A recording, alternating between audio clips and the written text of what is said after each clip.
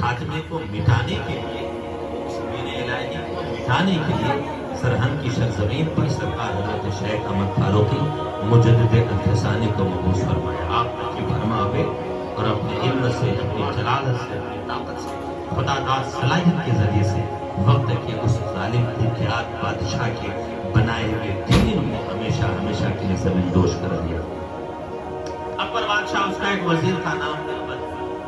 بہت مائنڈ پہ ہے، آج بھی اس کی کسی کہانیاں چرچے میں ہے، لوگ بیان کرتے ہیں۔ بڑا مائنڈ پہ حاضر جواب، اکبر جب کبھی پھنستا وہ جو چٹکی بجا کے نکالتے۔ ایک دن ایسا ہوا کہ رات کا ٹائم تھا، ہوا کا جھونکا تیزی سے چلا اور دربار کے در و دیوار سے انداز سے لگا کہ جتنے بھی چراغ اور جتنے بھی شمعیں وہاں جل رہی تھی، مشعلیں جل رہی تھی،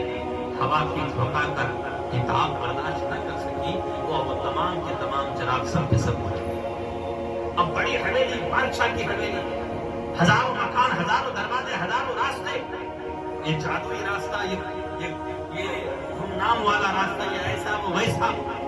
محترم حاضرین، ایک سارے چراغ جب بجھ گئے حویلی میں، دیوار میں اس کے اندھیرا پھیلا، بادشاہ گھبرانے لگا، ڈر ستانے لگا، اندھیرے میں کچھ ہو نہ جائے،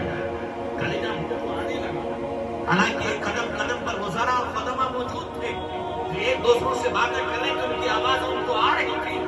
لیکن اس کے باوجود بھی کھٹاٹوٹ اندھیرے کو جب دیکھا تو دل کی دنیا بیٹھنے لگی، زندگی سے نا امید ہونے لگا۔ ایسا لگا کہ یہ تھوڑی دیر کا وقتی اور عارضی اندھیرا میری زندگی کی سانسوں کو توڑ دے گا۔ محترم حاضر، وزیروں نے، خادموں نے، غلاموں نے جلدی جلدی کیا اور سارے کے سارے چراغ جلائے۔ روشنی ہوئی، دیکھا تو بادشاہ پسینے میں تر بتر گیا۔ بھاگا بھاگایا، سرکار ذل پناہ کیا ہو گیا؟ کہا تھوڑی دیر کے اندھیرا میں برداشت نہ کر سکا،